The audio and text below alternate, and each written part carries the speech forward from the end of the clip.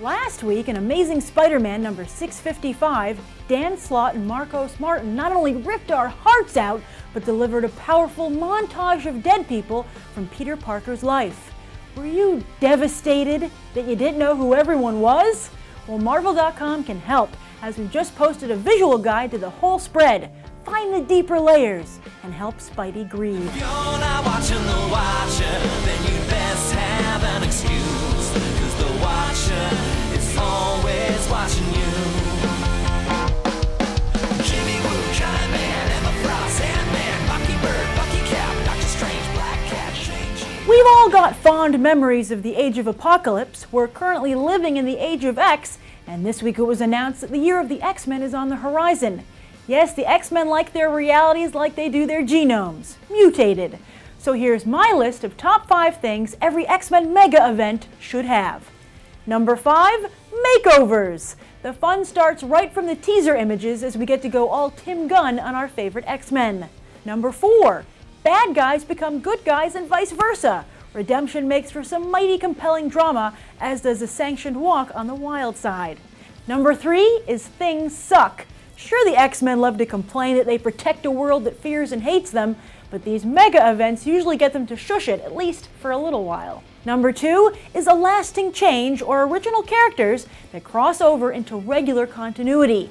Yeah, 3 words. No more mutants. And the number 1 thing is Magneto and Rogue hook up. Forbidden fruit!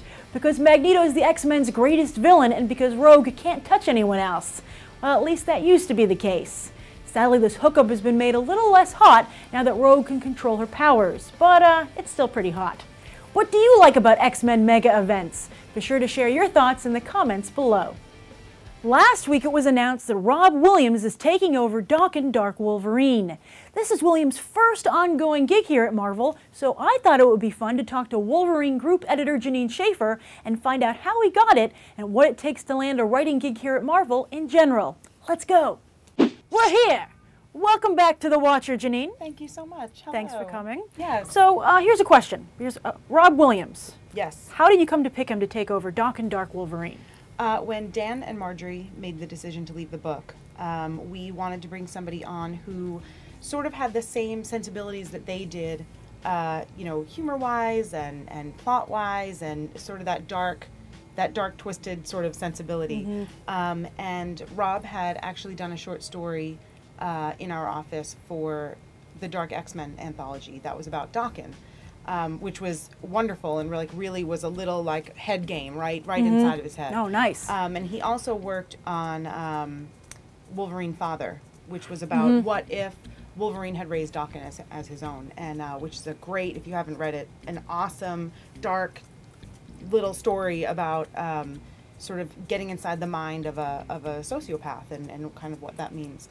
And so we were looking around for someone to do it, and he had also done some other one-shots, some, you know, Ghost Rider mm-hmm. book, and we talked to Dan and Marjorie, and they read his stuff, and they loved it, and they so they got to sign off on it? Yeah, well, I mean, you know, Dan is a creator of the character, yeah. and they've been working on the book for 2.5 years now, so we really wanted to make sure that it was a cohesive fit that everybody could sort of get on board with, and that we were handing off the reins in a way that made sense for the character and for the creators. And so it was just Rob. There was no short list or anything? You guys were just like, you know who'd be cool? It was Rob. Ah. Yeah, it really was. It just, everything, all the pieces sort of fell into place. Mm-hmm. So my other question is, why would you pick somebody, you know, why did you decide to pick someone who'd only done one-shots instead of another ongoing person who'd had that experience? Well, I mean, you know, it's sometimes you just, there's really no answer. It's kind of like that mojo, you know what I mean? Mm-hmm. Daken fans are going to be very, very happy. Oh, that's great. Very happy.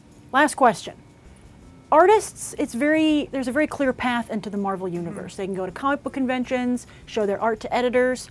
What about the writer? How does the writer get into the Marvel house of ideas? Well, I'm sure that I'm not going to say anything that writers who want to write and who feel the urge to write don't already know. But the answer is to write. Just get out there and write. I don't know. I mean, I really think that self-publishing is the way to go, whether it's online or if you have, there's some, I know there are a couple of independent bookstores in the city that have self-publishing machines. I know that sounds crazy, but Crazy awesome. Crazy awesome. So that's I don't want to see, oh, I have a great idea for Wolverine. I can't read that idea. The only submissions that I am allowed to look at are submissions that I actively solicit from people. But if you have something you've written that you think is really awesome, so you can look at as much original stuff as you want. Yeah, and like I think I think this is the book that's going to show person X that I am the right person for the job, or that I could have some great ideas and I might fit in well with their creative teams. If you want it and you're hungry and you self-publish and you use the internet as a tool for yourself, and just put yourself out there. One day someone like Janine Schaefer might look at it and be like, this person's perfect. Great. Right. Thank you so much for your honesty and your good advice. Yes. Thank you. Thank you, guys. Cool. And now it's time for Tricera Stack, my top 3 picks of the comics hitting stands next Wednesday, March 9th. First up is Venom #1, written by Rick Remender with art by Tony Moore. You got a taste in Amazing Spider-Man number 654.1. Now it's time to swallow this storyline whole, just like Venom would do.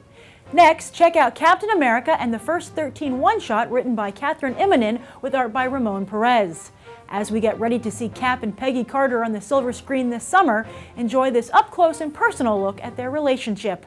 Finally, consider picking up Sigil #1 written by Mike Carey with art by Leonard Kirk. The fan-favorite sci-fi series returns with a brand new lead character who finds herself thrust into a war across time.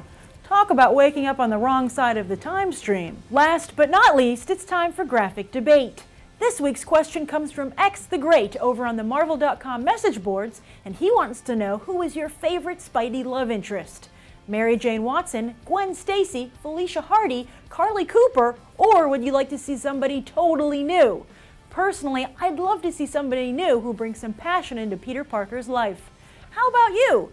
Cast your official vote in the link in the YouTube video description or the Marvel.com news story for this episode. And that's this week's The Watcher.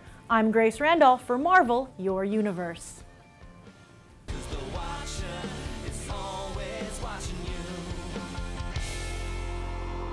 Marvel, Your Universe.